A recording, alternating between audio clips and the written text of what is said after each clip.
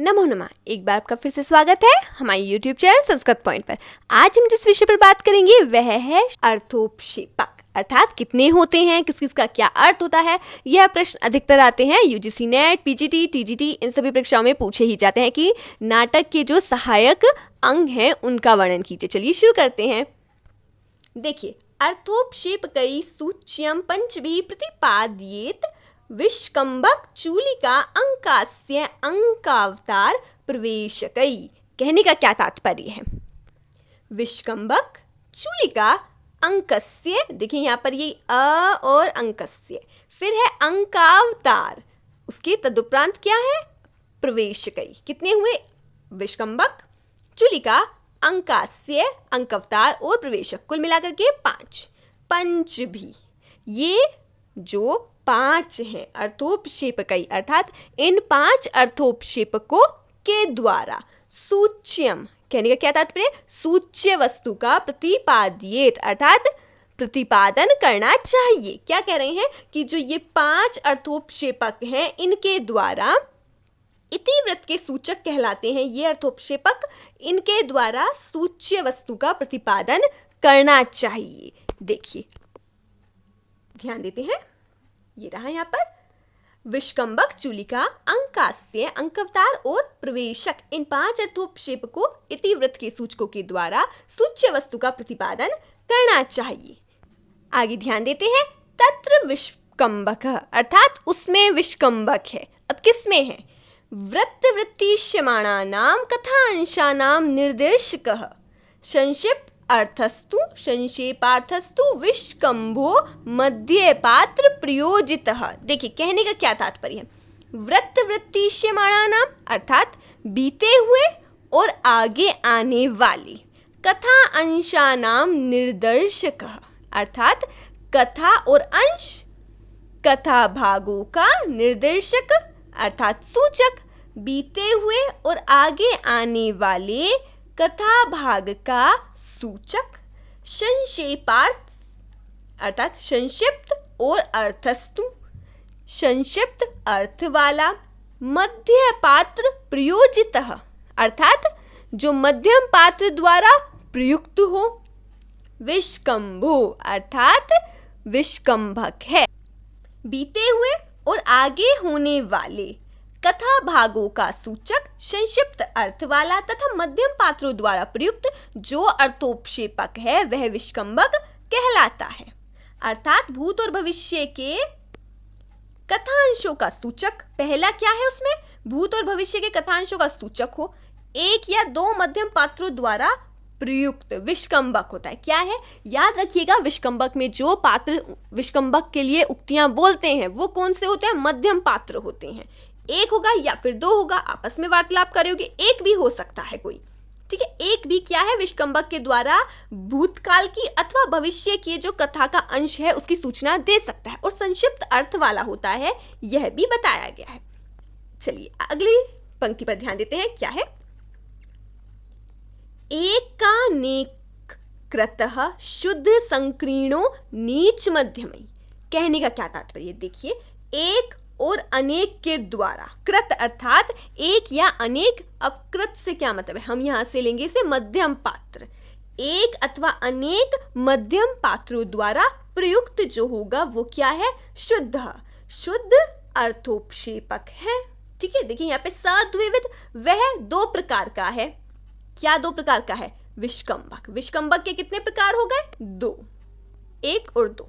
पहला क्या है? एक अनेक के द्वारा, एक अथवा अनेक मध्यम पात्रों के द्वारा जो प्रयोग होगा वो शुद्ध कहलाएगा। दूसरा क्या कह रहे हैं? संकीर्णतो नीच मध्यमई।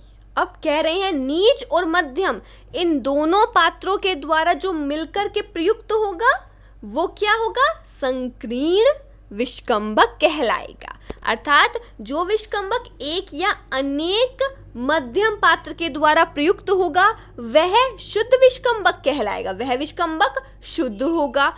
परंतु जिसमें नीच और मध्यम पात्र दोनों आ जाएंगे वह विष्कम्भक, जो विष्कम्भक है वह क्या कहलाएगा? संकीर्ण विष्कम्भक कहलाएगा। इस पर प्रश्न ध्यान रखिएगा, पूछ लिया जाएगा आपसे कि विष्कंभक कितने प्रकार का होता है। तो विष्कंभक 2 प्रकार के बताए हैं, कौन कौन से? शुद्ध और संकीर्ण। चलिए नीचे अर्थ पर ध्यान देते हैं एक बार फिर से।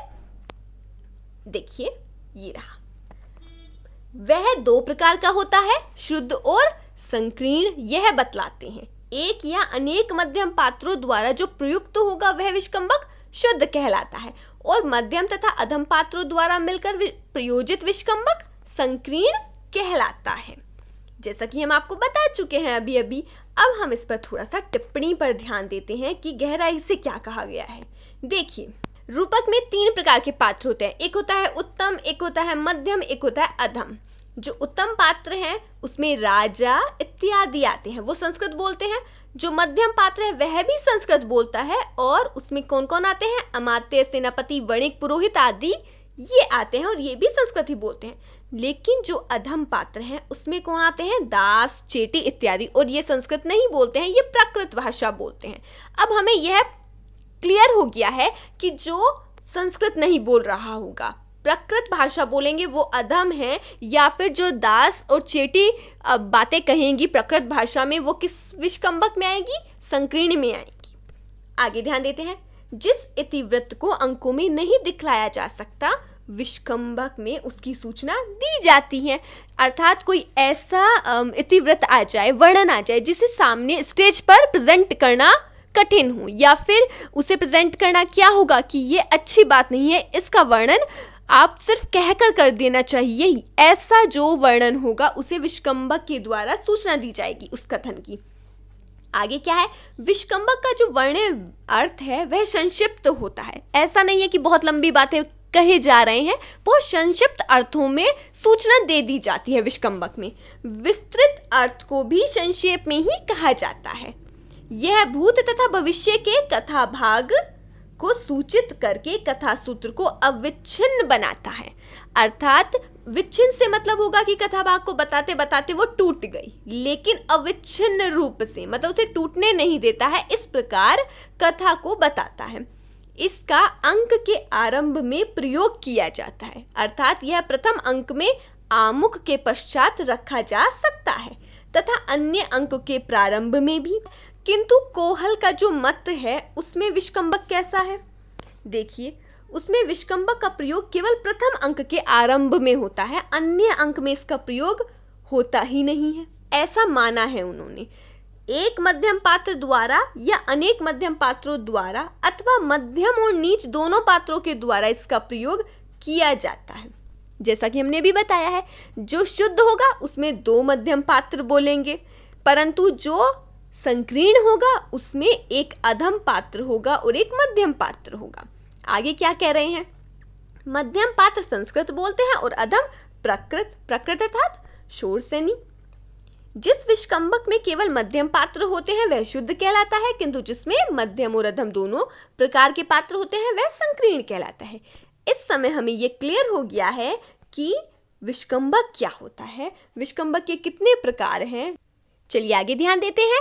अत प्रवेशकः, अब प्रवेशक अर्थात प्रवेशक। तद्वद एव अनुदातोक्ता, तद्वद एव अनुदात उक्तवा। नीचपात प्रयोजितः प्रवेशो अंक द्वयस्य अंतः शेष अर्थस्योप सूचक। कहने का क्या तात्पर्य है? तद्वद एव, तद्वद एव से क्या मतलब है? अर्थात उसी प्रकार। अब हम सोच रहे हैं किस प्रकार, यानी कि जो पिछले श्लोक में बताया गया था भूत और भविष्य के कथांश का सूचक, यहां पर उसी अर्थ को हमें ग्रहण करना है। उसी प्रकार अर्थात भूत और भविष्य के कथांश का सूचक। नीच पात्र प्रयोजितः, कहने का क्या तात्पर्य? फिर से वही बात, नीच पात्रों द्वारा प्रयुक्त या फिर नीच पात्रों द्वारा अनुदात उक्तवा। अनुदात उक्तियों से युक्त, अनुदात उक्तियों से प्रयुक्त। अंक द्वयस्य अंत अर्थात 2 अंकों के बीच में, अंक द्वयस्य अंत अर्थात 2 अंकों के बीच में स्थित शेष अर्थस्योप सूचक। क्या कह रहे हैं? शेष अर्थ, जो शेष अर्थ कौन सा होता है? जिसे बताया नहीं गया है या फिर जिसे अभी तक प्रदर्शन नहीं किया है, अप्रदर्शनीय है, उस अर्थ का सूचक प्रवेशो अर्थात प्रवेश है या फिर प्रवेशक कहलाता है। ध्यान देते हैं। उसी प्रकार वही बात आ गई है। किस प्रकार? ये रहा, भूत और भविष्य के कथांशों का सूचक नीच पात्रों द्वारा अनुदात उक्तियों से प्रयुक्त 2 अंकों के बीच में स्थित शेष अप्रदर्शनीय अर्थ का सूचक प्रवेशक अथवा प्रवेश कहलाता है। देखिए, हमें ये पता चल गया है कि ये भी क्या है? भूत और भविष्य के कथांश का सूचक है। किसकी भांति?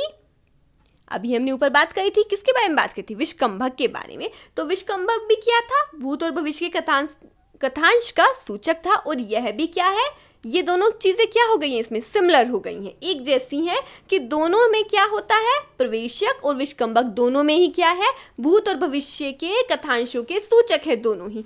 नीच पात्र के द्वारा ये भी प्रयुक्त होता है, परंतु अनुदात उक्तियों से प्रयुक्त होता है ये। और वो क्या था? वो था अंक के प्रारंभ में। यहां पर है 2 अंकों के बीच में स्थित, साथ ही साथ शेष अप्रदर्शनीय अर्थ का सूचक है। वह क्या है? प्रवेशक कहलाता है। समानता है। क्या है? विष्कंभक में भी क्या है? जो दिखाने के योग्य नहीं है उस इतिवृत्त का सूचक होता है। वर्ण्य विषय को, जो वर्ण्य अर्थ है, उसे संक्षिप्त में कह दिया जाता है। भूत और भविष्य के कथांश को सूचित करते हैं दोनों ही। ये दोनों में क्या है? समानता है। अब देखते हैं दोनों में अंतर क्या है। विष्कंभक में विशेषकर मध्यम पात्रों का प्रयोग होता है, कभी मध्यम के साथ अधम का भी। लेकिन क्या है कि मध्यम तो रहेंगे ही रहेंगे, कभी कभार अधम भी आ जाते हैं। फलतः विष्कंभक में मुख्यतः संस्कृत भाषा का व्यवहार होता है। संकीर्ण विष्कंभक में भी संस्कृत के साथ प्राकृत शोरसैनी का भी। दूसरी ओर जो प्रवेशक है उसमें केवल अधम पात्र का ही प्रयोग होता है, अर्थात उसकी भाषा क्या हो गई? केवल शोरसैनी ही भाषा होगी। तदनुसार इसमें संस्कृत भाषा का व्यवहार नहीं होता है, केवल प्राकृत भाषा का व्यवहार होता है। प्राकृत भी निम्न कोटि की। किस प्रकार? निम्न कोटि की कौन सी प्राकृत है? जो कि शक्कारी, आभारी, चंडाली आदि हैं, अर्थात अनुदात उक्ति इत्यादि हैं। ये किसमें है? प्रवेशक में होती हैं। विष्कंभक की योजना प्रथम अंक के आरंभ में होती है तथा अन्य अंकों के आरंभ में भी हो सकती है, किंतु जो प्रवेशक है वह सदा 2 अंकों के बीच में ही आता है। वह कभी प्रथम अंक के आरंभ में नहीं आ सकता है, अवश्य ही नहीं आ सकता है। क्यों? क्योंकि 2 अंकों के बीच में आता है। चलिए आगे ध्यान देते हैं। देखिए, अब आता है अथ चूलिका। अब चूलिका के बारे में पढ़ते हैं। अंतः जवनिका संस्थैश्चूलिकार्थस्य सूचना, अर्थात अंतः जवनिका संस्थै, जवनिका के भीतर स्थित पात्रों के द्वारा अर्थस्य सूचना। अर्थ किसे कहते हैं? बात को। अर्थ की सूचना अर्थात किसी बात की सूचना देना क्या कहलाता है? चूलिका कहलाता है। अब हम सोच रहे हैं जवनिका के भीतर, जवनिका हम मतलब कह सकते हैं कि जो नेपथ्य में स्थित पात्र है उनके द्वारा क्या है, जो अर्थ की सूचना दी जाएगी वो चूलिका कहलाएगा। चूलिका, जवनिका के भीतर स्थित पात्रों के द्वारा किसी अर्थ बात की सूचना देना चूलिका कहलाता है। अब थोड़ा सा डीपली समझते हैं इसे। नेपथ्य में स्थित पात्र के द्वारा अर्थ की सूचना चूलिका है। जैसे उत्तरामचरित्र नाटक के 2य अंक के आरंभ में नेपथ्य में तपस्विनी का स्वागत हो, तब तपस्विनी आत्रेयी प्रवेश करती हैं। यहाँ पर नेपथ्य पात्र वासंती द्वारा आत्रेय के आने की सूचना दी गई है, अतः यहाँ पर क्या है? चूलिका नामक अर्थोपक्षेपक है। चलिए आगे ध्यान देते हैं। अंकांत पात्रई अंकस्यम छिन्नांकस्यार्थ सूचनात्, कहने का क्या तात्पर्य है? किसका लक्षण चल रहा है ये? अंकास्यम। अंकास्य का यहाँ पर क्या चल रहा है? ये लक्षण। अंकांत पात्रई, अंक के अंत है ना, यहाँ पर ध्यान दीजिएगा। अंक के अंत में आने वाले पात्रई, पात्रों के द्वारा, अंक के अंत में आने वाले पात्रों के द्वारा। छिन्न अंकस्य क्या कह रहे हैं? अग्रिम अंक के अर्थ अर्थात अर्थ की, अग्रिम अंक के अर्थ की सूचना देने के कारण। क्यों? क्योंकि सूचनात कहा गया है यहाँ पे, सूचना देने के कारण अंकास्य है, यह अंकास्य कहलाता है। मतलब यहाँ पे अर्थोपक्षेपक कौन सा है? अंकास्य। देखिए, अंक के अंत में आने वाले पात्रों द्वारा, जो पूर्व अंक है उसका जो सबसे एंड में कोई पात्र होगा वो इसको यूज करेगा, मतलब उसके द्वारा उक्तियां बोली जाएंगी। पात्रों के द्वारा पूर्व अंक से असंबंध, पहला जो अंक है इससे असंबंध अग्रिम अंक के अर्थ की सूचना देने के कारण यह अंकास्य है। उम्मीद करते हैं आपको समझ में आ गया होगा। देखिए फिर से बताते हैं, ये एक अंक है, यहाँ पर ये एक अंक है, यहाँ पर ये द्वितीय अंक, ये द्वितीय अंक है और ये तृतीय अंक है मान लेते हैं। तो द्वितीय अंक के अंतिम पात्र एक ऐसी बात कहेंगे जो द्वितीय अंक से संबंधित नहीं होगी, परंतु वह किससे संबंधित होगी? तृतीय अंक से संबंधित होगी। और इसीलिए क्योंकि वो तृतीय अंक के अर्थ की सूचना दे रहे हैं, इसीलिए वो क्या कहलाता है? इस बात की वजह से ही, वह कारण से वह अंकास्य कहलाता है। चलिए आगे ध्यान दीजिए, अंक के अंत में आने वाले पात्र क्या कहलाएंगे? अंक पात्र है, और उनके द्वारा पूर्व अंक से असंबंध अग्रिम अंक के आरंभिक अर्थ की सूचना, उसका आशय लेकर जहां अग्रिम अंक का आरंभ होता है वह अंकास्य कहलाता है। अर्थात तृतीय अंक जो बात द्वितीय अंक के अंत में कही है उसका आशय लेकर के ये वाला अंक प्रारंभ होता है, इसीलिए क्या कहलाता है? अंकास्य कहलाता है। जैसे महावीर चरित नाटक में द्वितीय अंक के अंत में सुमंत, आदरणीय वशिष्ठ और विश्वामित्र आप सबको परशुराम सहित बुला रहे हैं। दूसरे, वे कहाँ हैं? सुमंत महाराज दशरथ के पास। दूसरे, उनके अनुरोध से वहीं चलते हैं। इस प्रकार अंक की समाप्ति हो जाने पर तब बैठे हुए वशिष्ठ, विश्वामित्र और परशुराम प्रवेश करते हैं। यहाँ पर क्या हुआ है? जहां पर जो द्वितीय अंक के अंत में प्रविष्ट होने वाले सुमंत नामक पात्र के द्वारा शतानंद और जनक की कथा के समाप्त हो जाने पर अग्रिम कौन सा अंक? तृतीय अंक के प्रारंभिक अर्थ, क्या अर्थ है? और वो वशिष्ठ और विश्वामित्र आदि की संवाद की सूचना दी गई है, अतः यह अंकास्य है। देखिए क्या कह रहे हैं? अथ अंकावतार। अंकावतार अर्थात अब अंकावतार के बारे में बात कर रहे हैं। क्या कह रहे हैं? अंकावतार तव अंकान्ते पातो अंकस्य अविभागतः। कहने का क्या तात्पर्य है? तव अंकान्ते, जहां अंक का अंत हो जाने पर। अब कौन से अंक की बात करी है? देखिए पहले ही अंक का अंत होगा, आने वाले अंक का तो अंत नहीं होगा ना, तो क्या है? पूर्व अंक का अंत हो जाने पर। आगे ध्यान देते हैं, पातो अंकस्य अविभागतः, अर्थात अंक जो आने वाला अंक है उसका अविभागतः, कहने का क्या मतलब है? अविभाग, अभिन्न रूप से अवतरण हो जाता है, वह क्या कहलाएगा? अंकावतार कहलाता है। देखिए सरल भाषा में यदि हम कहें तो यहाँ पर एक अंक चल रहा है। देखिए ये एक अंक चल रहा है, इसके अंत में बिना अविभाग अर्थात बिना विच्छेद किए ही जो द्वितीय अंक है या फिर जो आने वाला अग्रिम अंक है उसका प्रारंभ हो जाता है। ये पात्र अंत में ऐसे बात कर रहे हैं कि ये तो अंक समाप्त हुआ है और ये प्रारंभ हो गया है। किस तरह? बिना अविभाग, बिना विभाग हुए ही अन्य अंक प्रारंभ हो जाएगा, तो वो क्या कहलाएगा? अंकावतार कहलाता है। उसके अंत में ना ही तो विष्कंभक का प्रयोग होता है और ना ही चूलिका का प्रयोग किया जाता है, परंतु फिर भी बहुत आराम से क्या है, आने वाला जो अग्रिम अंक है उसका प्रारंभ हो जाता है। देखिए ध्यान देते हैं, जहां पूर्व अंक का अंत हो जाने पर, देखिए ये रहा, देखिए अंक अंते, जहां पूर्व अंक का अंत हो जाने पर अग्रिम अंक का अंकास्य पातो अविभागतः, अर्थात अग्रिम अंक का अभिन्न अविच्छिन्न रूप से अवतरण हो जाता है, वह अंकावतार कहलाता है। देखिए ये मालविका अग्निमित्र में हुआ है ऐसा, जहां पहले अंक में प्रविष्ट पात्र के द्वारा सूचित किया गया, पहले अंक की कथा का विच्छेद किए बिना, मतलब पहले अंक की कथा नहीं टूटी है। जबकि अभी हमने जो पढ़ा था, कौन सा पढ़ा था, अभी हमने अंकास्य पढ़ा था, उसमें क्या था, पहले अंक की जो कथा थी उससे बिल्कुल अलग अर्थ उस अंक के अंत में बोला जाता था, जो अग्रिम अंक का सूचक कहलाता था।